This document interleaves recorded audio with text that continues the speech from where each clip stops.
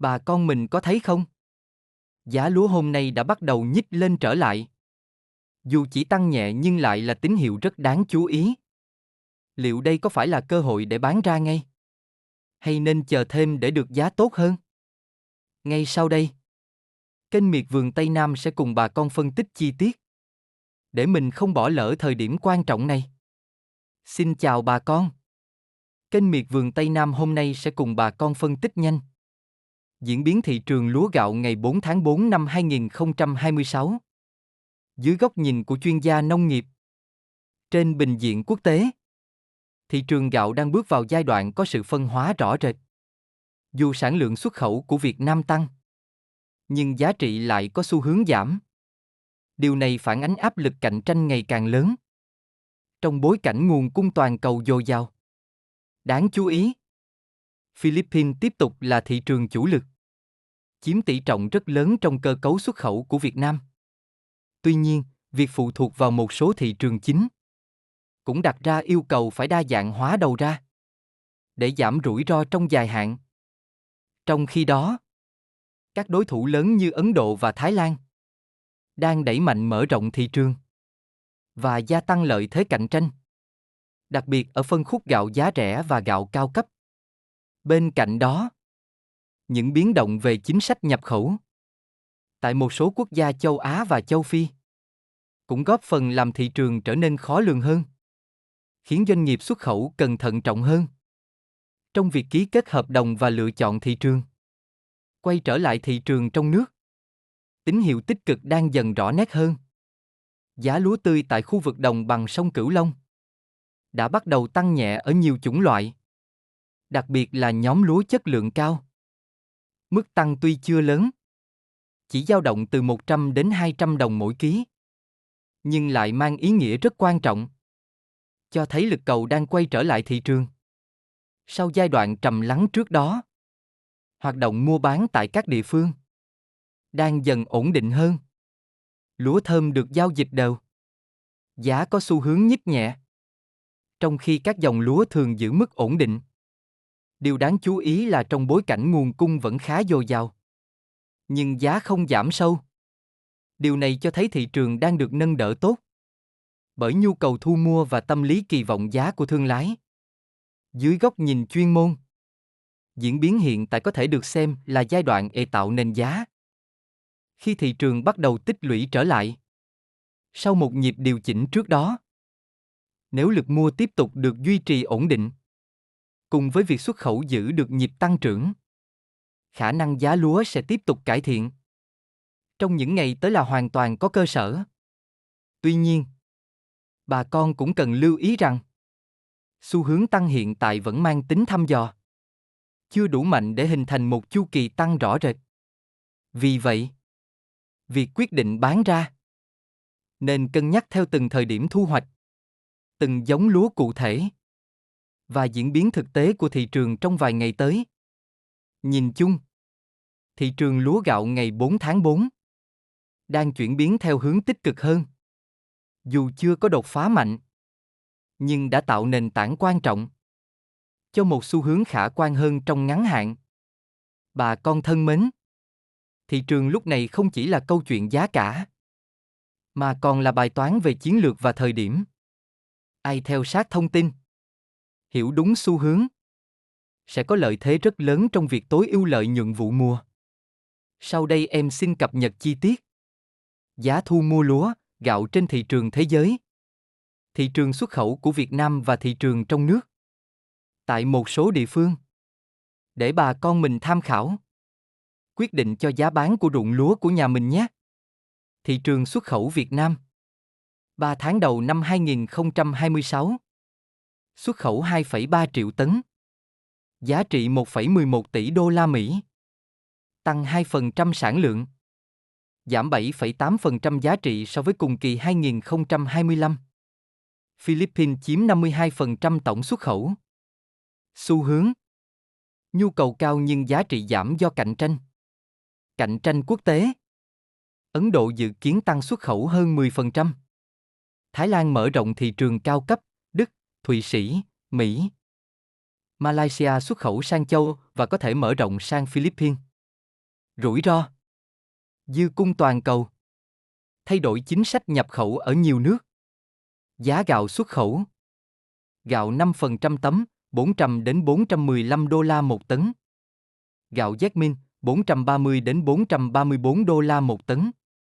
Thị trường trong nước. Giá lúa tươi tăng nhẹ.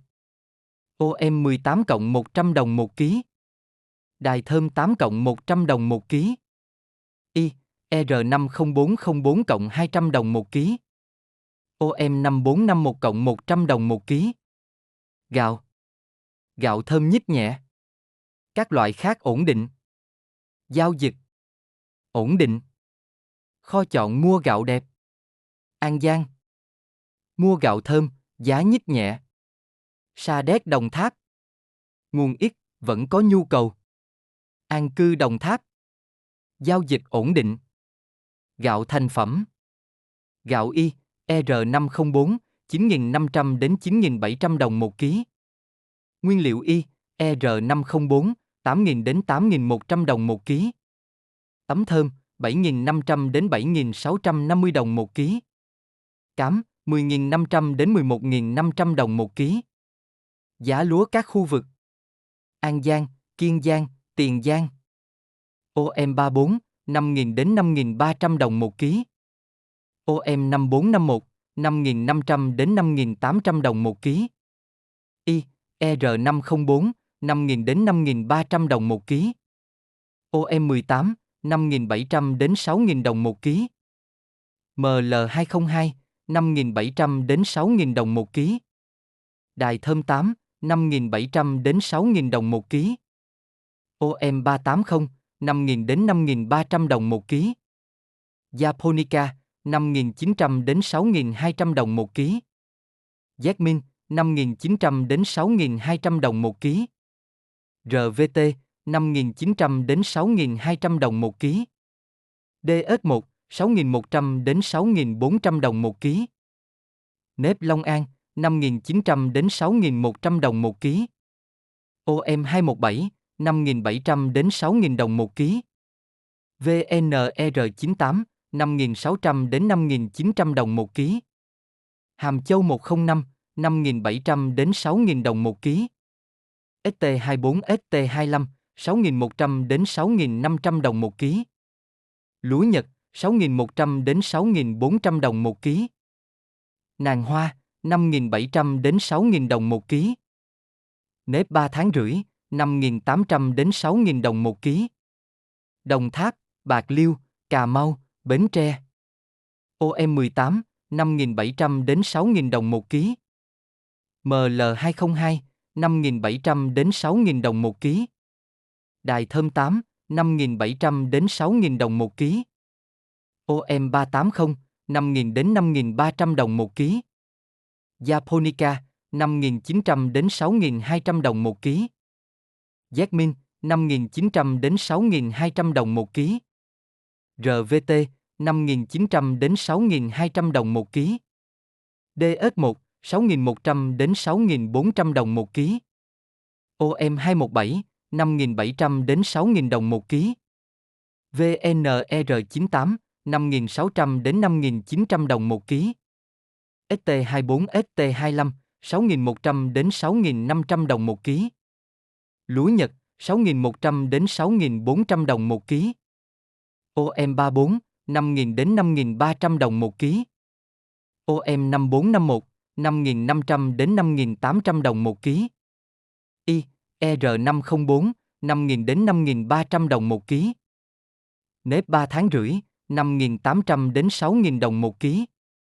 Cần Thơ, Sóc Trăng, Hậu Giang. RVT, 5.900 đến 6.200 đồng một ký. DS1, 6.100 đến 6.400 đồng một ký. Nếp Long An, 5.900 đến 6.100 đồng một ký. OM2517, 5.700 đến 6.000 đồng một ký. VNR98, 5.600 đến 5.900 đồng một ký. ST24 ST25, 6.100 đến 6.500 đồng một ký. Lúa Nhật, 6.100 đến 6.400 đồng một ký. OM34, 5.000 đến 5.300 đồng một ký. OM 5451, 5.500 đến 5.800 đồng một ký. Y, ER504, 5.000 đến 5.300 đồng một ký. OM18, 5.700 đến 6.000 đồng một ký. ML202, 5.700 đến 6.000 đồng một ký. Đài thơm 8, 5.700 đến 6.000 đồng một ký. OM380, 5.000 đến 5.300 đồng một ký. Jasmine, 5.900 đến 6.200 đồng một ký. Trà Vinh, Vĩnh Long, Long An, Tây Ninh. OM380, 5.000 đến 5.300 đồng một ký. Japonica, 5.900 đến 6.200 đồng một ký. Jasmine, 5.900 đến 6.200 đồng một ký. RVT, 5.900 đến 6.200 đồng một ký. DS1, 6.100 đến 6.400 đồng một ký. Nếp Long An, 5.900 đến 6.100 đồng một ký. OM2517, 5.700 đến 6.000 đồng một ký. VNR98, 5.600 đến 5.900 đồng một ký. OM34, 5.000 đến 5.300 đồng một ký. OM5451, 5.500 đến 5.800 đồng một ký. Y, ER504, 5.000 đến 5.300 đồng một ký. OM18, 5.700 đến 6.000 đồng một ký. ML202, 5.700 đến 6.000 đồng một ký. Đài thơm 8, 5.700 đến 6.000 đồng một ký. ST24 ST25, 6.100 đến 6.500 đồng một ký. Lúa Nhật, 6.100 đến 6.400 đồng một ký. Giá gạo lẻ. Gạo Nàn Nhang, 28.000 đồng một ký. Gạo trắng thường, 16.000 đến 17.000 đồng một ký. Gạo thường, 12.000 đến 14.000 đồng một ký. Gạo thơm, 17.000 đến 22.000 đồng một ký. Gạo Jasmine, 17.000 đến 18.000 đồng một ký. Gạo Nàng Hoa, 21.000 đồng một ký. Gạo tẻ thường, 13.000 đến 14.000 đồng một ký. Gạo Thái, 20.000 đến 22.000 đồng một ký. Gạo Đài Loan, 20.000 đồng một ký. Gạo Nhật, 22.000 đồng một ký. Xuất khẩu tăng sản lượng nhưng giảm giá trị, tạo áp lực cạnh tranh. Thị trường quốc tế dư cung, cạnh tranh mạnh từ Ấn Độ, Thái Lan. Trong nước, giá lúa tăng nhẹ. Giao dịch ổn định. Gạo thơm có xu hướng tích cực. Tổng thể, thị trường đang ổn định và nhích lên nhẹ, tạo nền cho xu hướng tích cực nếu lực cầu tiếp tục duy trì. Bà con thân mến, thị trường đang bắt đầu có những tín hiệu rất đáng chú ý. Và đây có thể là thời điểm quan trọng để mình đưa ra quyết định. Nếu bà con thấy bản tin hữu ích, đừng quên đăng ký kênh Miệt Vườn Tây Nam để mỗi ngày đều cập nhật nhanh nhất giá lúa gạo. Chúc bà con trúng mùa, trúng giá. Và hẹn gặp lại bà con trong bản tin tiếp theo.